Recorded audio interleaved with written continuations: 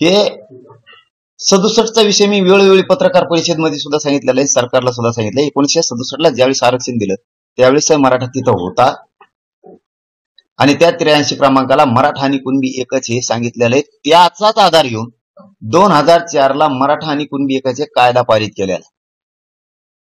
मग जर 1967चं दिलेलं आरक्षण अस्तित्वात आहे आतापर्यंत, तर त्याच्यात कुणबी म्हणून मराठ्यांची नोंद आहे. याचाच अर्थ मराठा आणि कुणबी एकच. आता याला जोडून जर सरकारचं म्हणणं असं असलं की कुणबी त्या 83 क्रमांकाला आहे, त्या 1967ला 180 जाती घातल्या. मी पुन्हा जुनी आठवण समाजालाही करून देतोय आणि सरकारला सुद्धा करून देतोय. 180 जाती ज्या घातल्या त्यात कुणबी आहे. सरकारचं जर असं म्हणणं असेल कुणबी हा वेगळा आहे, मराठा हा वेगळा आहे, म्हणून आम्हाला तुम्हाला देता येत नाही, तर माझा एक असा प्रश्न आहे की ज्या प्रमुख जाती घातल्यात त्यानंतर, आधी प्रमुख जाती घातल्या त्यानंतर ज्या जाती घातल्या म्हणजे 94ला, त्यावेळेस जवळपास 300-350 जाती झाल्या. हे मी प्रत्येक विचारायचो की ह्या जाती झाल्या कुठून, ह्या घेतल्या कशा? तर त्यांचं उत्तर असं होतं, गिरीश महाजन साहेबांचं मला उत्तर होतं सुरुवातीला ज्यावेळेस ते अंतर्वाली लागते त्यावेळेस. त्यांना मी प्रश्न विचारला होता, मराठा आणि कुणबी एकच आहे, 83 क्रमांकाला जर मराठा जाती तर मराठ्यांना का घेतलं नाही? तर त्यांचं उत्तर असं होतं की मराठा वेगळा आहे आणि कुणबी वेगळा आहे, ते करता येत नाही. तर मग मी त्यांना सांगितलं होतं की जर उदाहरणार्थ एक माळी समाज आहे किंवा एक मुस्लिम समाज आहे किंवा एखादा XYZ धरून चला कोणीची जाती आपण उदाहरण म्हणून देतोय, ती तर एकटीच आहे. मग तुम्ही माळी असताना उदाहरणार्थ, तर मग तुम्ही बाकीच्या पोट जाती माळ्यांच्या कसं काय घेतल्या, बाकीच्या जाती कशा घेतल्या असं मी त्यांना विचारलं होतं. तर त्यांनी सांगितलं ती त्यांची उपजाती, ती त्यांची पोट जाती, असं त्यांचं उत्तर होतं. म्हणून त्यांच्या 8, 10, 11 असणाऱ्या जाती एका जातीवरच पोट जाती म्हणून घेतल्या. मधी शब्द आहे मराठ्यांच्या आणि कुणबीच्या तत्सम असा शब्द आहे. मग मी त्यांना असा प्रश्न विचारला होता की जर ती त्यांची पोटजात होऊ शकते तर कुणबी याची पोटजात मराठा होऊ शकत नाही का, किंवा मराठ्यांची पोटजात कुणबी होऊ शकत नाही का? व्यवसाय तर दोघांचे सारखेच आहेत. जर यांचा व्यवसाय सारखा आहे म्हणून त्यांना पोटजात म्हणून उपजात म्हणून जर घेतली असली तुम्ही पोटजात म्हणून, कारण तत्सम शब्दाचा अर्थ असा होतो तसा, तोच नाही. मी इतकं फोडून सांगितलं होतं, त्यावरच्या रेकॉर्डिंग सुद्धा आता बाहेर कामी सुद्धा काढणार आहेत आणि चॅनलच्या बांधवाकडे सुद्धा येतात. मी त्यांना सांगितलं होतं तत्समचा अर्थ तसा होतोय. उदाहरणार्थ मी आणि माझ्यासारखा चेहरा समोरच्याचा पण आहे, तर तो तोच नाही होऊ शकत. माणसं म्हणू शकत नाही हा तो तोच आहे. लोक म्हणू शकतात हा तो तसाच आहे. तत्समचा अर्थ तसा होतो, तोच नाही होत. तर मग कुणबी मध्ये तत्समेन मराठा आहे तर त्याचा अर्थ होतो तसा. याचा अर्थ कुणबी सारखा तसा तो दिसतोय, म्हणजे कुणबी हा शेती करतोय तर तसाच हा मराठा दिसतोय. असंच म्हणून तुम्ही बाकीच्यांच्या सुद्धा घेतलेल्या 180 जातीच्या पोट जाती घेतल्या की त्या तशा दिसतात, तत्सम जात शब्द मध्ये म्हणून तशा दिसतात. मग त्यांच्या जर तशा दिसतात, उदाहरणार्थ माळी आहे, दुसरा फुलमाळी आहे, बेलमाळी आहे, अनेक त्यांच्यामध्ये प्रकार आहेत, तेली आहे, अनेक त्यांच्यामध्ये प्रकार आहेत भरपूर जातीचे. मग तो तसा दिसतोय म्हणून त्याची पोट जात घेतली. उदाहरणार्थ तो शेती करतोय म्हणून लांबून तो बी तसा दिसतोय शेती करणारा, तो बेल विकणारा दिसतोय तर तो फुल विकणारा दिसतोय, म्हणजे तसा तो दिसतोय, तसा मराठाही दिसतोय ना. मग म्हणजे त्यांच्याकडे शेती आहे कुणबीकडे मराठवाड्यातल्या, आणि आमच्याकडे काय समुद्र काय, आम्ही काय वाटी आणतो की इकडं. मग ते गप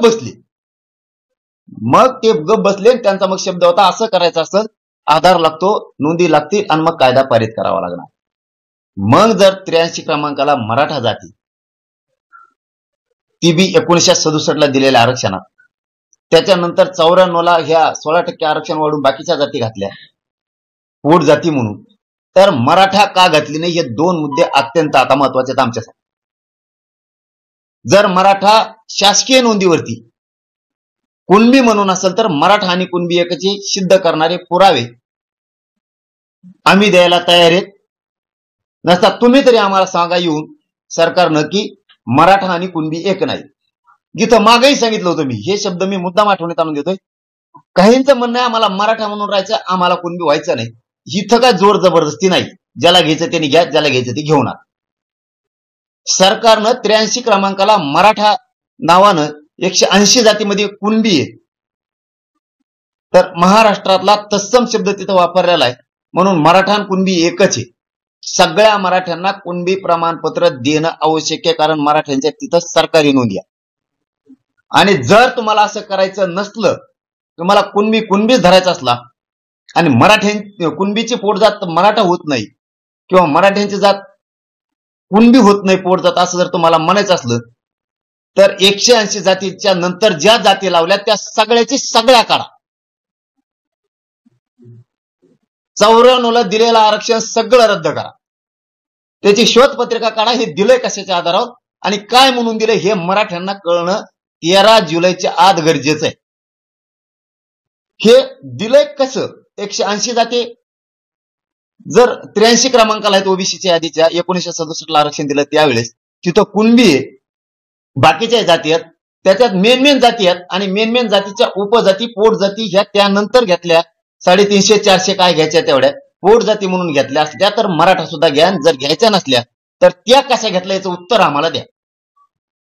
काय त्यांचा व्यवसाय म्हणून घेतलंय? बागवान घेतलाय उदाहरणार्थ, तर बागवानाचा व्यवसाय शेती आहे म्हणून घेतलाय, तर बाकीच्या मुस्लिमांच्या शेती दाखवतो आम्ही तुम्हाला.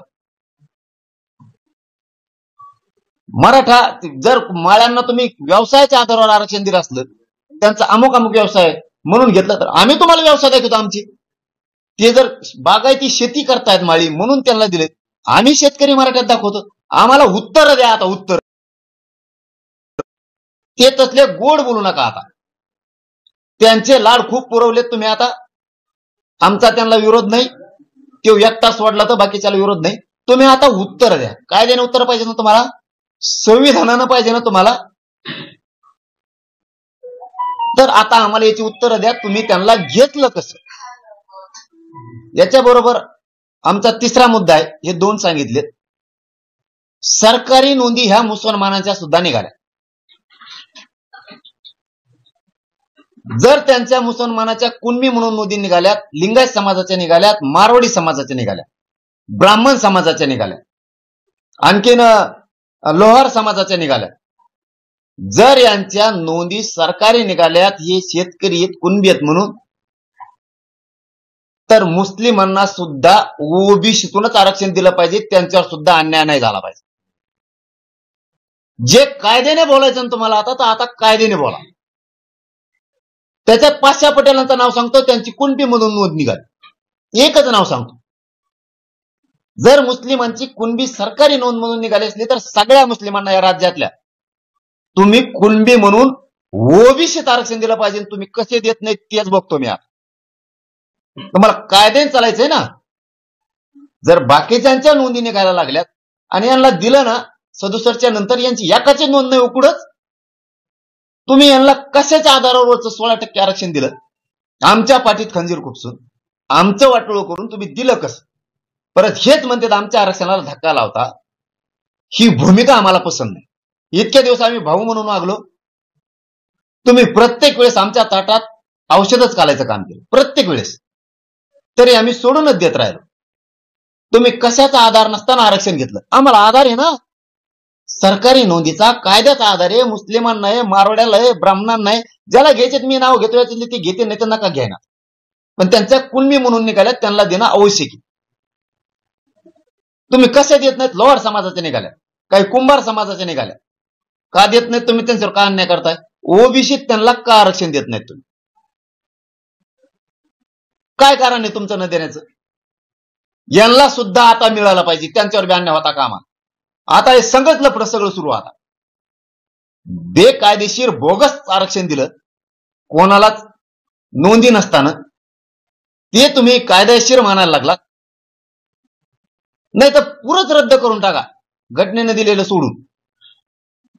ओरिजिनल महामानव डॉक्टर बाबासाहेब आंबेडकरांनी दिलेलं आहे, त्याच्यानंतर दिलेलं जे आरक्षण आहे कायद्यानं आम्हाला एकट्याला बाजूला सारून 16% कशाचा आधार न घेता दिलेलं, पोटजाती उपजाती म्हणून दिलं, आणि मराठ्यांचं कुणबीचं असून सुद्धा आत्ता आम्ही विदर्भातले खानदेशचे कुणबी एक आहेत. आत्ता तुम्हाला विधानसभेला दिसतो ना, माहित का नाही, कारण कुणबी मराठी एकच आहेत. तुम्हाला पुढचा बी काचका सांगतो. मग आम्हाला का कुणबी मराठी एक म्हणून देऊ, पोटजात म्हणून देऊ शकत नाही तुम्ही? बाकीच्याला जसं दिले आम्हाला. आता निकषच सांगा, यांना आरक्षण देण्याचे निकष काय? नसता ते वरचं 16% सगळं उडून टाका. नसता आम्हाला याच्या विरोधात रस्त्यावर उतरावं लागणार.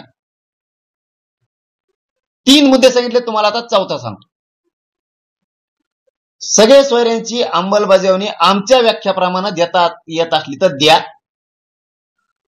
कारण त्या सगळ्या सोयऱ्याच्या अंमलबजावणीच्या गुलालाचा वाशीतला अपमान होऊ देऊ नका.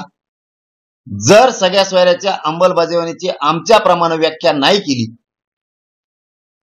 तर वाशीतल्या गुलालाचा अपमान करू नका. विधानसभेला तुमच्यावर गुलाल रुसर, लक्षात ठेवा. त्यांचा दबावात येऊन तुम्ही सांगितलं होतं आमची व्याख्या घेतो आणि अबकड सुद्धा करतो. ही व्याख्या बनवताना बच्चूभाऊ कडू सुद्धा होते, चिवटे होते, ते यादव होते, आणखीन बरेचसे लोक त्यांचे सुद्धा होते. सचिव त्या बनवताना तिथं सचिव सुद्धा होते आम्ही सांगताना.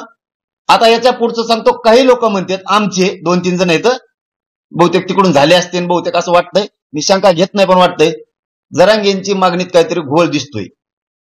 घोळाच टायमाला तू नव्हता का तिथं? तर याचं उत्तर आहे होता. वाशीत गेलो त्यावेळेस सरकारनं आपल्याशी बोलणी सुरू केली. त्यावेळेस व्यासपीठावर त्यांनी सांगितलं की राज्यपालांकडे जायला किंवा सरकारची कॅबिनेट घ्यायला काही सचिव यायला वेळ लागणार आहे, आम्हाला 2 घंट्याचा वेळ द्या, तुम्ही मुंबईकडे कूच करू नका. आणि त्यांनी कागद आणला होता, तो राजपत्र पण आणलं होतं, पण त्याच्यावर सह्या नव्हत्या. मी त्याच्यावरच्या सह्या वाचल्या, कोणाकोणाच्या नाही आहेत हे घ्या. त्यांनी सांगितलं आम्ही राजपत्र काढतो. पुन्हा अगोदर ते मसुदा घेऊन आले होते फक्त. मग मी सांगितलं, तिथं जाहीर केलं समाजासमोर की आपला आजचा मुक्काम हा वाशीतच. जर उद्या सकाळपर्यंत यांनी दिलं नाही तर आपण मुंबईकडे कूच करणार.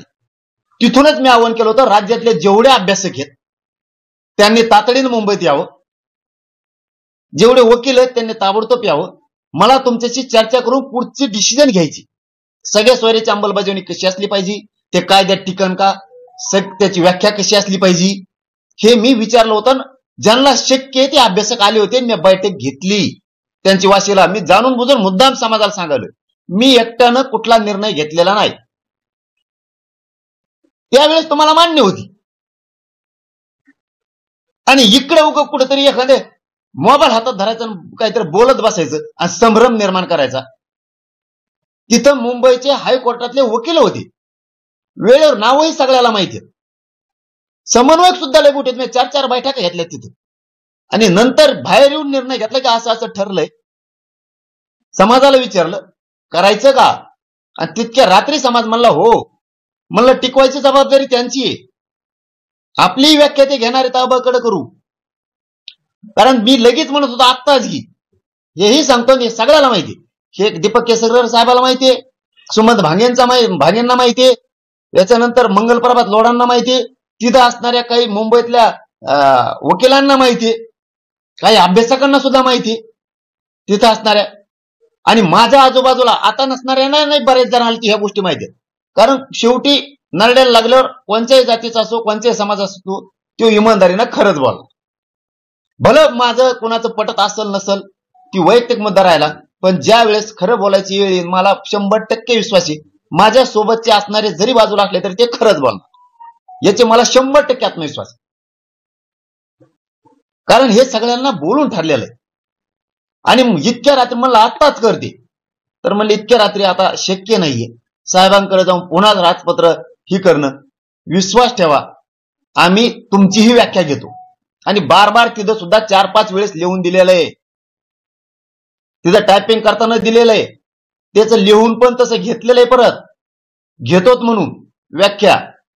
ते पत्र अभिजित पाटलांकडे वकील म्हणून. आम्ही अलीकडच्या खोलीत बसलो तेव्हा तिथं लई गरीब झाली म्हणून ते घेऊन येतो म्हणले टायपिंग करून. हे सगळे पत्र आहेत, नावं सांगतोय मी की व्याख्याही घेतो आम्ही, तुम्ही काळजी करू नका. आणि तुम्ही जर आमच्याप्रमाणे व्याख्या घेणार नसाल तर तुम्ही त्यांच्या दबावापोटी आमच्या मराठ्यांच्या लेकरांना करोडांना औषध पाजायला निघाला. त्याच्यापेक्षा ते देऊन त्या गुलालाचा अपमान करू नका. ते टिकलंही पाहिजे, कोणाचा दबाव आला म्हणून तुम्ही गेम करता. कारण तुम्हाला 5वा मुद्दा सांगतोय, आमच्या पक्का ध्यानात आलाय आता, आणि तशी कुणकुण सुद्धा आहे की तुम्ही सगळ्या सोयऱ्यांची अंमलबजावणी करणार आहेत. तुम्ही समोरच्याला सांगितलंय सुद्धा, आम्ही अंमलबजावणी करणार आहेत. निवडणूक होस्तर राहून द्या, ती उडली तो उडली. सरकार मनोज जरांगे म्हणते त्याला, ते तुम्ही घोळ केला आणि तुम्ही जरी उडली 13% आरक्षणासारखी, हे मनोज जरांगे लढणार आहे. माझ्या पहिल्या मागण्या, आणि ही सुद्धा आहे, ह्या पण पाहिजेत आणि ही पण पाहिजे. पहिल्यापासूनच म्हणणं आहे, नवीन वाढलेली नाही. शेपूट फेपूट बोंबलायचं नाही लांबलं, शेपूट त्याचं लांबलंय. अगोदर म्हणला होता सगळ्या सोयऱ्याच्या याला त्याचे आणि त्याचे लोक, आमचा काही विरोध नाही, त्याच्यामुळं ओबीसीला काही धक्का लागत नाही. आता बदलला, आता त्यो मी म्हणतो बाकीच्याला म्हणायला लावलं सगळ्या सोयऱ्याची अंमलबजावणी झाली नाही पाहिजे, सरसकट मिळालं नाही पाहिजे, ही मागणी तिची. जे मराठ्याला आहे ते त्याला पाहिजे, उपसमिती पाहिजे, आमच्यासारखे निधी पाहिजे, सारथीसारख्या योजना पाहिजेत. शेपूट त्याचं लांबत चाललंय, आमचं नाही. आम्हाला दोष देऊ नका, पहिल्या दिवसापासून मागणी. तुम्हीच म्हणले होते सरसकटला लई प्रॉब्लेम होईल, दुसरा शब्द घ्या, म्हणून तुमच्या जज बांधवांनी, तुमच्या मंत्र्यांनी आलेल्या सगळ्यांनी मिळून तो शब्द घेतलेला. आणि हे शब्द सगळ्यांना माहिती आहेत की सगळ्या सोयऱ्यांची अंमलबजावणी कशी करायची आणि सगळे सोयरे म्हणजे काय, हे तुम्ही मान्य केलेलं आहे. त्याचा 4था मुद्दा असा होता, 4 एकूण शब्द होते, त्यातला शेवटचा शब्द होता शेवटी मागेल त्या मराठ्यांना द्यायचं. तर त्यावेळेस धनंजय मुंडे म्हणले होते मागेल त्या मराठ्याला तर सगळ्या सोयऱ्यांना द्यायचं. परत जिथं लग्नाच्या सोयरीकी जुळत्या त्या सगळ्या सोयऱ्यांना द्यायचे. नातेवाईक म्हणजे ज्याची नोंद निघाली त्याचे रक्ताचे नातेवाईक म्हणजे चुलते, पुतणे, काकी, आजोबा, आणि सगळे सोयरे म्हणजे लग्नाचे सगळे त्याच्यात आलेत आता. आणि त्याच्यात मागेल त्याला म्हणल्यावर सरसकट पेक्षा खाली राहिलेच काय. आणि म्हणलं मग हे नाही द्यायचं तर सरसकट द्या, कारण आमच्या सरकारी नोंदी आहेत. ठीक आहे म्हणे. मग त्याच्यावर परत चर्चा झाली. एम.जी. गायकवाड साहेब होते, आता आयोगाचे जे अध्यक्ष आहेत सध्या ते सुद्धा होते. असे त्यांनी 4 जजेस आणले होते आणि त्यांनी काही वकिलांनी काही तज्ञांनी मिळून तो शब्द ठरवला. मी नंतर हा म्हणलेलो. दोघं तिघं तुम्ही कशाला दोष देता रे मला, इतकं प्रामाणिक लढतोय मी म्हणून. बर हा, हे दिलं सगळ्या सोयऱ्यांचं किंवा नाही दिलं मला दोषी धरणार.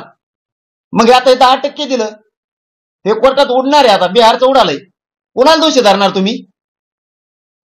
13% उडलं, कुणाला दोषी धरणार तुम्ही. असं काम करणारे लेकरांना दोषी धरायचं बंद करा. उलट सरकारला दोषी धरलं पाहिजे. जर तुम्ही ती समाजानं मागणी केलेली सगळ्या सोयऱ्याची जरांगे पाटलांनी लावून धरलंय, अजिबात आमच्या समाजाची फसवणूक केली पाहिजे, धावून बोललं पाहिजे तुम्ही सरकारवर. याला म्हणतात पाठीराखे मराठ्यांची. लगेच गोळ दिसतू टिकन का नाही काय नवा. मग तू काय करतो आता वा, तवा कटला खराटे मारी झोपला घरी घोरत. परत बोलल्यावर राग येतील, कारण मी तळमळी लढतो, बिगडी नाहीये म्हणून मला राग येतोय. बरं असं का म्हणत नाही तुम्ही. आणि फसिलं तर फसिलं, 40 वर्ष 70 वर्ष या लोकांनी आपलं वाटोळं केलं. फसिलं तर फसिलं, याच्या छाताडावर बसून घेऊ, पुन्हा लढू. मी लढतोयच ना, इतक्या वर्ष काय नाही झालं. मग आता जरी यांनी फसिलं ते आवडीन काय झालं. का म्हणत नाहीत तुम्ही असे. फसवा तुम्ही समाजाला, कसं फसवतात ती मग दाखवतो तुम्हाला काचका आम्ही. असं का म्हणत नाही सरकारला तुम्ही. इकडे माझ्याकडे सुई दाखवायची, मी कसा बदनाम म्हणून बघायचं, मला बाजू सारायचं. आपल्या लोकांनी पण त्यांचं ठीक आहे, त्यांना करू द्या काय करायचं, तुम्ही समर्थ आहे त्यांना. तुम्ही तुम्हाला व्याख्या द्यायचं सांगितल्यात मी त्या टायमाला. ज्याला ज्याला हरकती मागितल्यात त्यांनी त्यांनी व्याख्या द्या. ते आपल्या व्याख्या कशा घेत नाहीत बघू. ते काम करा. ते असं दोष नाही देत बघा त्यांच्या कार्यकर्त्याला त्यांच्या नेत्याला, म्हणून ते टिकले. आपले लगेच सांदाच बघत येत कोणची कुठं काय ती.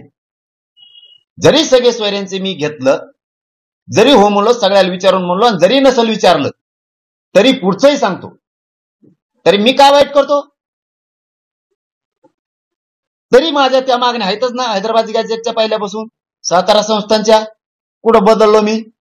बॉम्बे गव्हर्नमेंट, सगळे सोयरे सुद्धा 83 क्रमांकावर मराठा कुणबी एकच आहे, तरी हमेशा नाव काढतो. तो कायदा पारित करा म्हणतो. 5वे विषय सांगतो परत की 2004चा कायदा लागू करा म्हणतोय. पुढे बंद केलंय का मी? तरी माझे ते चालूच आहेत. आहे तेच मुद्दे, आणि ते मी सोडत नाही. माझं फक्त सरकारला एवढंच म्हणणे, वाशीतल्या गुलालाचा अपमान होऊ देऊ नका.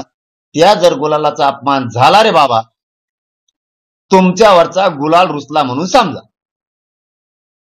आणि मला मी सांगितलेल्या ह्या गोष्टी 13 तारखेच्या आत पाहिजेत. तुम्हाला चर्चा करायचं असेल तर तुम्ही चर्चा करा. हे सगळ्या कायदेशीर बाजू आहेत. मराठ्यांचा व्यवसाय शेती आहे. कुणबी विदर्भातला, खानदेशातला सगळा मराठा आणि महाराष्ट्रातला मराठा हा सगळा एक आहे. आमच्या रोटीबेटी व्यवहार होते, लग्न एकमेकांशी होते. आमच्या काय आंतरजातीय विवाह नाही आहेत. आम्ही गणगोतातले सगळे सोयरे आहेत एकमेकाचे. आमचं काय आंतरजातीय विवाह नाही तो. त्याच्यामुळं मराठा आणि कुणबी एकच आहे. 2000चा कायदा दुरुस्त करा, नाही तर 83 क्रमांकाला कुणबी आहे. कुणबी ही मराठ्यांची पोटजात म्हणून किंवा मराठ्यांची कुणबी पोटजात म्हणून सरसकट सगळ्यांना कायदेशीर सरकारी नोंदी द्या. रस्त्यावर उतरू देऊ नका आम्हाला कायदा सुव्यवस्था बिघडायची नाही. आमचं आंदोलन कायम सुरू की शांततेत राहणारे, फक्त आम्हाला डवचू नका. तुम्हाला मेळ दिसत असेल लय मोठा, म्हणून तुम्हाला वाटत असेल आपण नेरेटिव्ह भरून काढू, कधीच भरणार नाही. त्याची काळजी करू नका. आम्ही एकटेच 50-55%. फक्त आम्हाला धोका देऊ नका. आम्हाला धोका जर नाही दिला तर हे तुम्हाला डोक्यावर घेऊन मराठी नसणार आहे. तुमच्या पुढं मी इतक्याच वेळ याच्यासाठी बोललो की मला सरकारला प्रामाणिकपणानं सगळं सांगणं गरजेचं होतं. आणि हे आतापर्यंत सांगितलेलं देवेंद्र फडणवीस साहेब, तुम्हाला शिंदे साहेब, शंभूराजे साहेब आणि उदय सामंत साहेबाला हात जोडून विनंती, याच्यावरती काना डोळा करू नका. आचारसंहितेचं नंतरचा बहाणा आम्ही ऐकणार नाहीत. आम्ही दुःखी नाहीत, आम्ही रुसणार नाहीत. तुम्ही द्या नका देऊ, आम्ही मिळवणार आहेत. एवढंच होईल की आम्हाला राजकारणात उतरावं लागणार, तुम्ही जर नाही दिलं तर. कारण त्यानंतर झाल्यावर देऊ आचारसंहिता ह्यो शब्द आमच्यासाठी प्रमाण नाही. आम्ही त्याच्यावर कसलाच विश्वास मराठी ठेवत नाहीत. आणि तिथून पुढं आम्हाला कोणाला शब्द नाही बोलण्याची इच्छाच राहणार नाही. कारण आम्ही कोणालाच आमचं त्यापुढे समजणार नाही. त्याच्यामुळं गोष्टी सांगितल्यात ह्या तुम्ही समजून घ्या आणि ठासूनच सांगायचं सरकारनं शिका. मग ते भले मराठी असतील किंवा ते ओबीसी असतील. ज्याच्या शासकीय नोंदी आहेत त्याला आरक्षण दिल्याशिवाय आम्ही थांबणार नाही.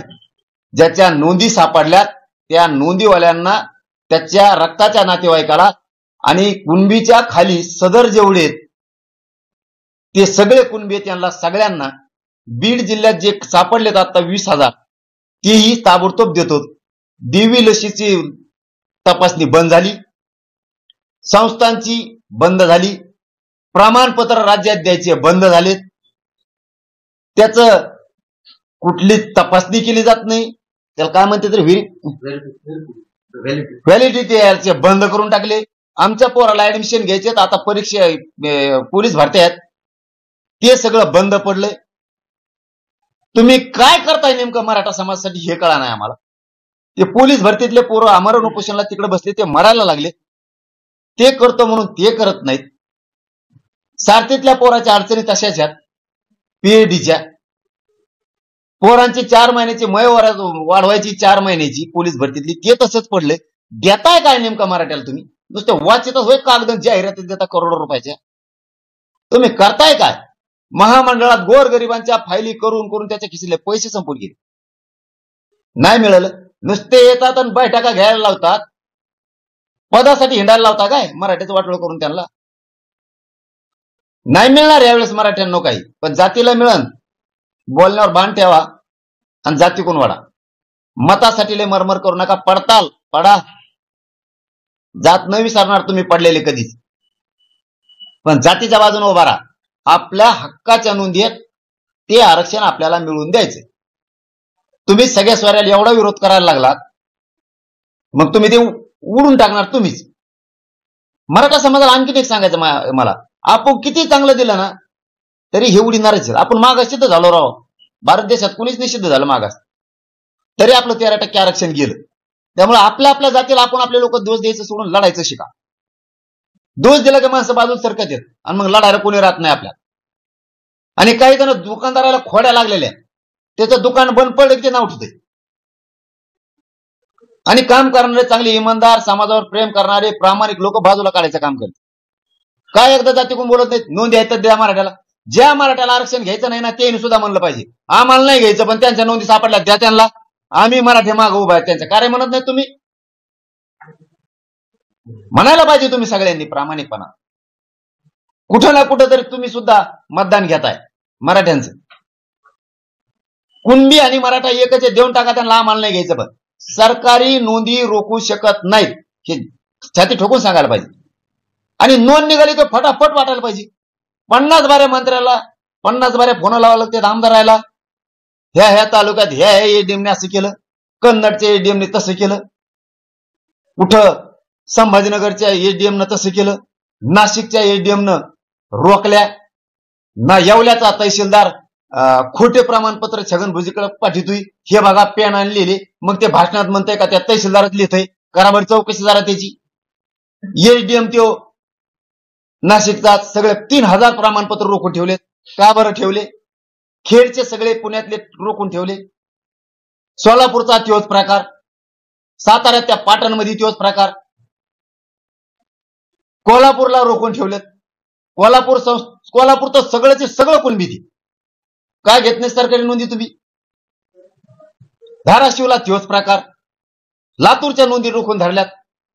काल माझ्याकडं लातूरचे आणि परभणीचे काही अधिकारी आले होते. कमून रोखून धरले तुम्ही? औंध संस्थांचे का कागदपत्र घेत नाहीत तुम्ही? काय देता मराठ्याला तुम्ही?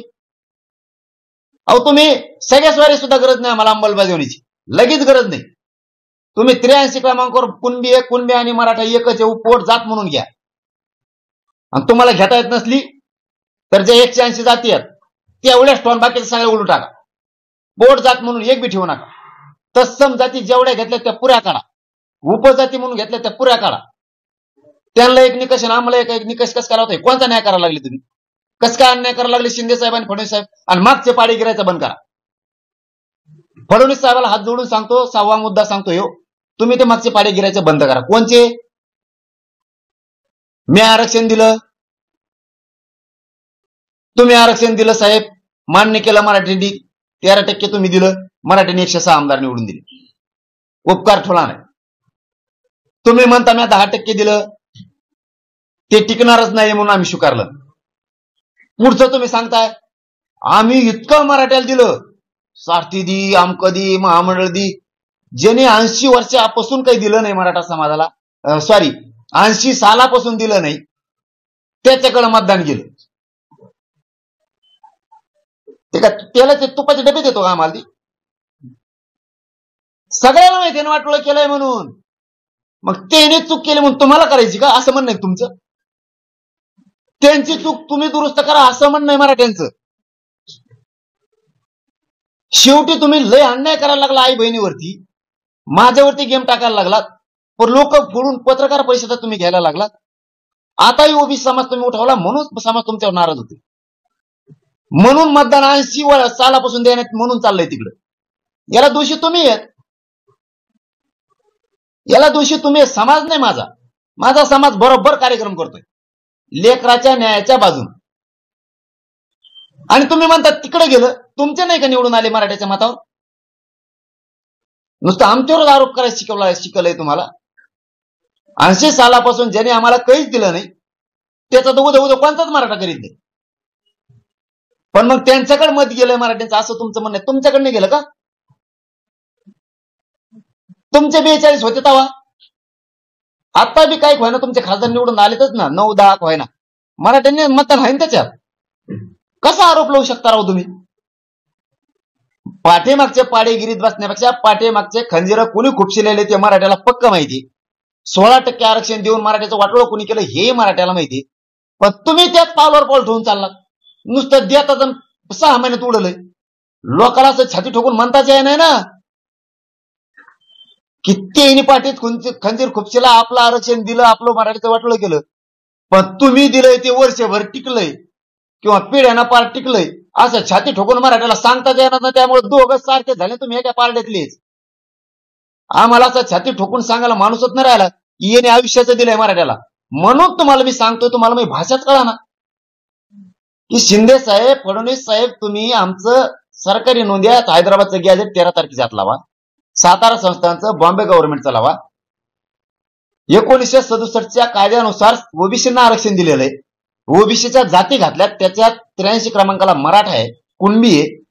पोट जात म्हणून मराठ्यांना आरक्षण द्या, बाकीच्यांना तुम्ही दिलंय पोट जात म्हणून. असलं आरक्षण द्या आणि तुम्ही छाती ठोकून सांगा ना सरकारी नोंदी आहेत त्या आम्हाला द्यावा लागणार. जातीवाद होऊ नये तर नाही, हे माहित नाही मला. पण मी सरकार आहे, मी मराठीवर बी अन्याय करणार नाही, ओबीसीवर बी करणार नाही. ज्या सरकारी नोंदी आहेत त्या नोंदी देणार. जशा 1967ला 180 जाती घेतल्या, त्यानंतर 300, 350, 400 पोट जाती म्हणून घेतल्या, तशीच कुणब्याची पोट जात म्हणून मराठा आम्ही घेणार आहे. नसता मग आम्हाला कणखर वागावं लागणार आहे. मराठ्यांना जो न्याय तेच ओबीसींना न्याय. आम्हाला 1954ला दिलेल्या किंवा नंतर घातलेल्या 1967च्या नंतर घातलेल्या जाती सगळ्या उडाव्या लागणार आहेत. नसता मराठ्यांना न्याय द्यावा लागणार. ह्या भूमिकेवर या मराठा तुम्हाला डोक्यावर घेऊन नाच. जर या मागण्या मान्य झाल्या नाही तर आपण असे म्हणाला होता की 288 जागा लढवणार. त्याबाबत आपण असे माध्यमांना बोललात, काही ठिकाणी तुम्ही सर्वे केला, पाहणी केली, चाचपणी केली. कुठले मतदारसंघ आपण चाचपणी केली किंवा पाहणी केली? नाही, फक्त आम्ही चाचपणी केलेली. कोणचं नाव कोणचं मतदारसंघाचं घेतलेलं नाही. मला खोटं बोलता येत नाही. 13-14 पर्यंत आम्ही घेणार नाहीत, कारण राजकारणात आम्हाला जायचं नाही. राजकारण माझा आणि माझ्या समाजाचा मार्ग नाही. सरकारनं आमच्या ठरलेल्या 8-9 गोष्टी ज्या आहेत मागण्या त्या द्याव्यात. आजच्या प्रेसच्या माध्यमातून सरकारला आता आम्ही सांगितलंय, तुम्हाला ऐकायचं तर ऐका, नाही तर ऐकू नका. फोनवर सांगितलं तरी तुम्हाला टाइम नाही, तुमच्या ध्यानात राहत नाही काय काय सांगितलेलं ती. कारण तुमची कॅबिनेट सुद्धा ध्यानात राहिली नाही. इथून गेल्या तुम्ही कॅबिनेट घेणार होते. लोकांच्या दबावापुढे तुम्ही मराठ्यांच्या माना जर कापिणार असला तर तुम्हाला तरी सांगा कोवर. या एवढ्याच प्रेसच्या माध्यमातून आणि या लाईव्हच्या माध्यमातून मी सरकारला सांगितलंय, सरकारनं बघावं, ऐकावं, करावं. नसन करायच्यात नका करू. कागद देऊ आम्ही तुम्हाला कदरून गेलं. आम्हाला आमचं सरकारी नोंदी असलेलं कायद्यानं दिलेलं सगळं आरक्षण पाहिजे. त्याच्याशिवाय आम्ही हटत नाहीत. आणि सर्वे आम्हाला राजकारणात जायचं नाही, तो आमचा मार्ग नाही. आम्हाला द्या तुमचं राजकारण, तुम्हाला लकलाप. एकाही मतदारसंघाचं नाव आम्ही डिक्लेअर केलेलं नाही, आम्ही करणार सुद्धा नाहीत. गनिमे कावे आम्हाला सुद्धा यायला लागलेत. आम्ही फक्त एवढंच आहे की पहिल्या टप्प्यात 24 याची बघितलेत, नंतर 43 आणि आता आमचे 2 टप्पे आणखी पूर्ण होत आलेत, म्हणजे एकूण 4 होत आलेत. असे आम्ही 6 आणखी 4 टप्पे आमचे राहिले. तोपर्यंत आम्ही शब्द बाहेर काढणार नाहीत कोणते मतदारसंघ आहेत. पण एकदा जर उडी टाकली तर आम्ही मागं हटत नाहीत. पण 2 कामं राहिलेत. एक आमचं द्या, आम्हाला गरज नाही राजकारणाची. तुम्हाला लकलाप हेच मराठी तुम्हाला डोक्यावर घेऊन नसते. दुसरी गोष्ट, 13 तारखेच्या नंतर मराठा समाजाची बैठक घेऊन आम्ही ठरवणार 283 उभा करायची का 288 पाडायची. वडीवडीला ओबीसी उपोषण सुरू होतं. पुण्यामध्ये कार्यकर्ते पक्षाला बसले होते. या ठिकाणी भुजबळांनी भेट दिली. यावेळी भुजबळांनी बोलताना शाहीर म्हणते की दुश्मन के लिए दुश्मन है हम, दिलबर के लिए दिलदार है हम, आणि गंज लगी तलवार को धार लगानी होगी, कुछ लोग अपनी अवकात भूल गए. तुम्हाला उद्देशून त्यांनी बोलले का? तर काय माहिती मग ऐकवा तरी त्याला आता कळायला संपन्न संध्यात राहिले. कोणत्या दिलबारासाठी राहिला? ज्यांनी तुला कणगुळीत धरून मोठं केलं त्याला अटक केलं. तो कोणाला दिलबर राहिला? तू हिंदी शिकवतो दिलबर आहे काय? दिलबर आहे तू? सगळा गडबड करायचे ना तू. इथून तू दोन गोंधळे आहे. माळा ते लटकायला पाहिजे, तो गळ्यात ते द्यायला पाहिजे. बुका लावून तुला असं घास सोडून ती असं खांद्यावर तो आहे. सगळ्या गरबड्याचे सगळ्या दुनियाचे जे तुला मोठं केलं त्याला त्यांना घातलं. त्यांना देशात हिंदू हृदय सम्राट पदवी दिलेले. मला राजकारणात नाही की देणं घेणं, पण मोठं करणारा उपकार ठेवला नाही तो. आणि ज्याने तुझ्यासाठी हे 16% आरक्षण दिलं, हे कुठाने केले, आमचं वाटोळं केलं, त्यांचा पक्ष मोडून तो आता इकडे आला. इकडे आला त्याला इकडे येऊन त्या भाजपच्याच मागं लागला, देवेंद्र फडणवीस सांगायला लागला, आमकच बदलणारे 400 पारच झालं म्हणायला लागला, घरात झोपून फोनच काय लावले, भाजपाचे शीटच काय पाळले. तू कोणता धडाचा आहे? दिलबारे आहे काय? दिलबारे आहे रे तू? गोंधळ्या सगळ्या दुनियाचा.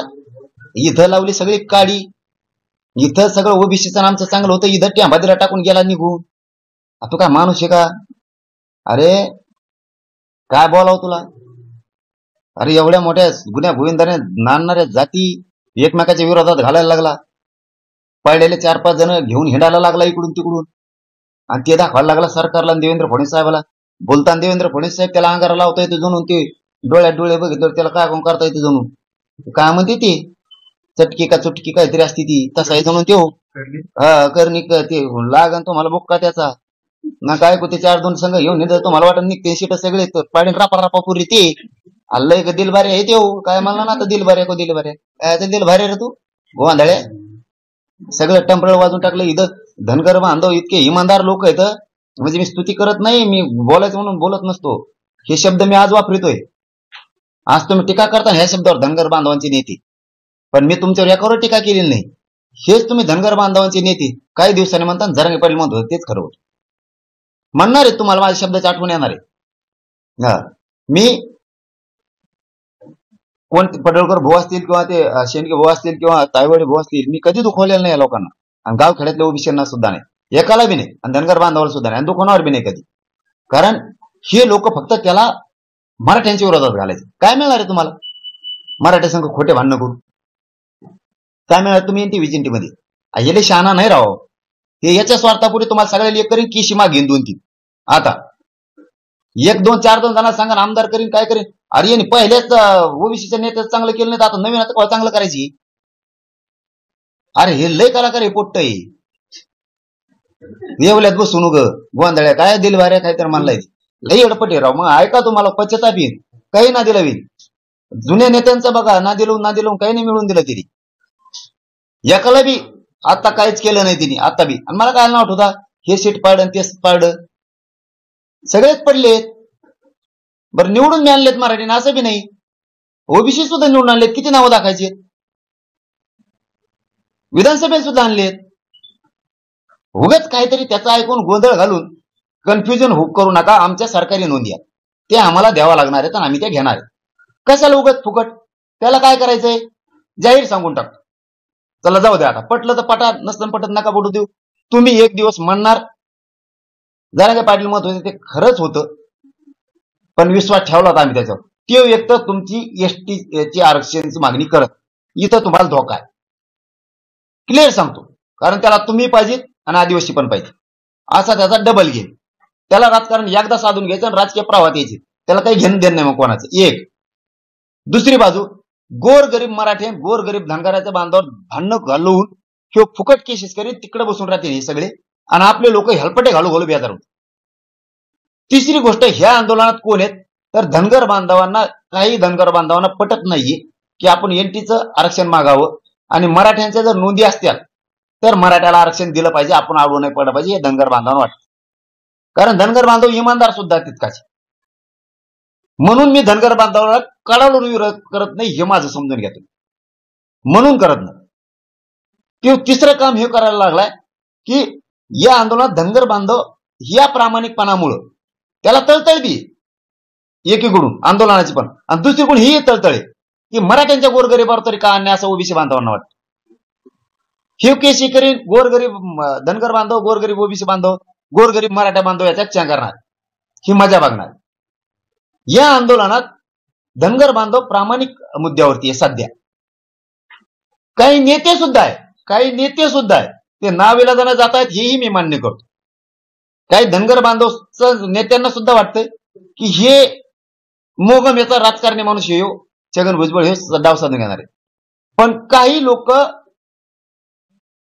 दुसऱ्याच जातीचे याच्यात इन्व्हॉल्व्ह व्हायला लागलेत, त्यांना काही गोष्टी लागल्यात, त्यामुळे त्यांना तिकडून येऊन इकडे वाद करायचा आणि निघून जायचे आणि धनगर बांधवात मराठ्यात लावून द्यायचे, आणि हे डाव त्याच आहे येवल्यावाल्याचा. म्हणून माझं सांगणं काम आहे, शेवटी तुम्ही माझ्यावर कसली टीका केली तरी मी उत्तर दिलं नाही आतापर्यंत, देणार सुद्धा. कारण मी काय तुम्हाला आणखीन विरोधक मानत नाही. कारण धनगर बांधवांनी आमचं काहीच केलेलं नाही, आम्ही त्यांचं काहीच केलेलं नाही.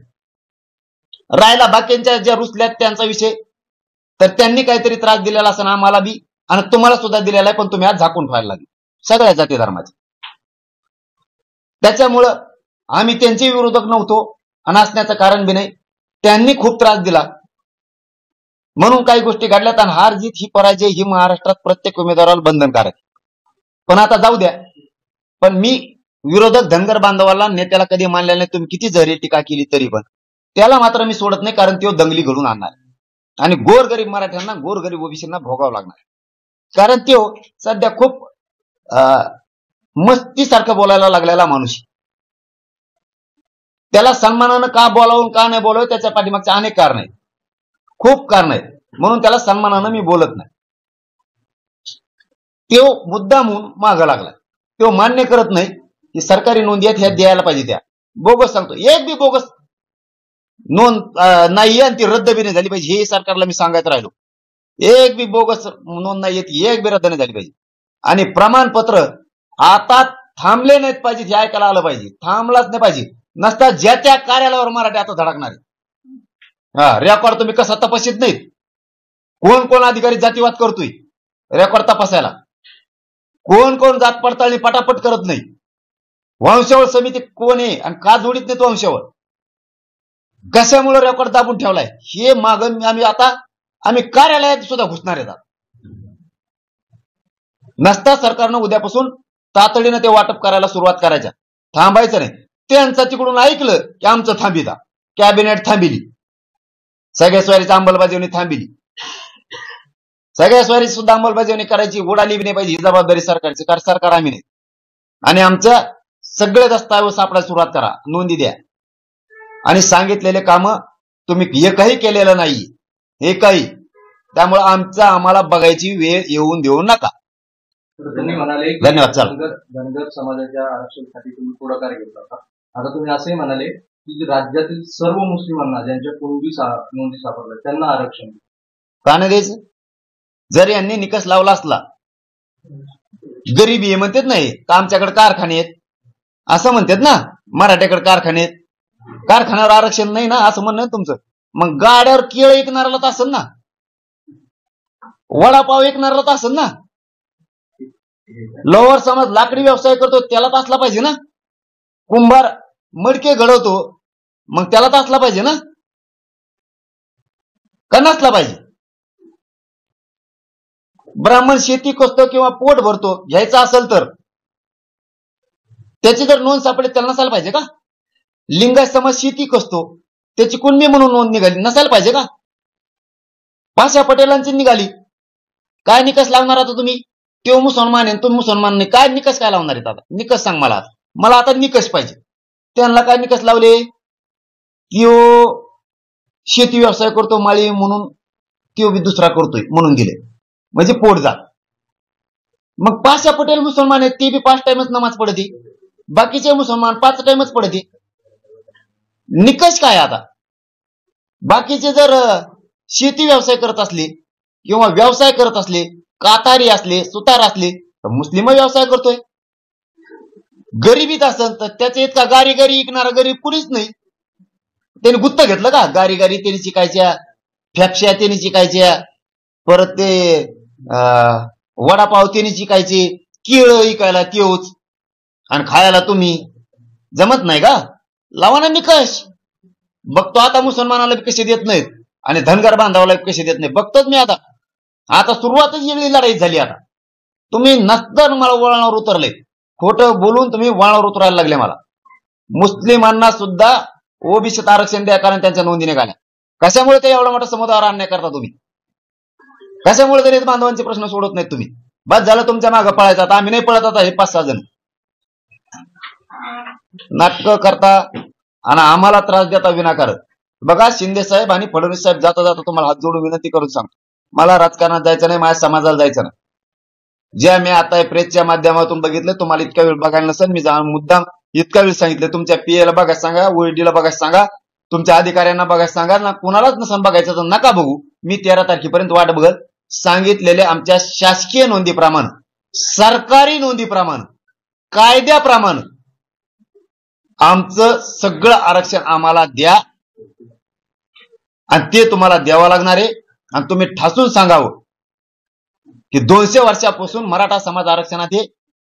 तुम्ही आता 90 ला आरक्षणात आलात, 1990 ला, हे 1884 पासून आहेत. यांच्या नोंदी घेऊन यांना आरक्षण द्यावं लागल.